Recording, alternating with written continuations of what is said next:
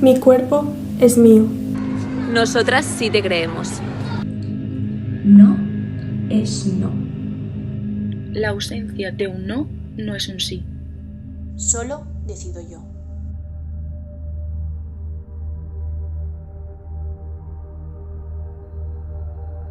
Les dones som fortes, independents i lliures, i sempre volem seguir sent-ho. Nos queremos vivas, libres y rebeldes. La cantidad de ropa que uso no determina la cantidad de respeto que merezco.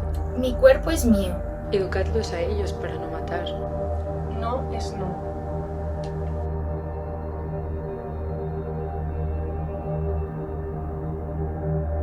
Nos queremos vivas, libres i rebeldes. Jo sóc i seré el que jo vulgui ser. Solo decido yo. En las calles queremos ser libres, no valientes. No es no.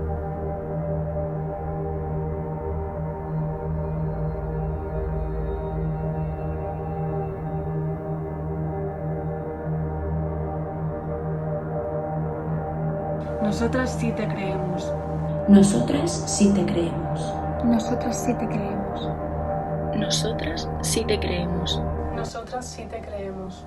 Nosotras sí te creemos. Juntes som imparables. Si ensenyem a les estadístiques, aquesta setmana una dona, com a mínim, serà assassinada per la seva parella o exparella. I se sumarà una més a la xifra de feminicidis a Espanya des del gener de 2003, que és quan es va començar a comptabilitzar, i que ja s'eleva la dada fins a 1.074 dones.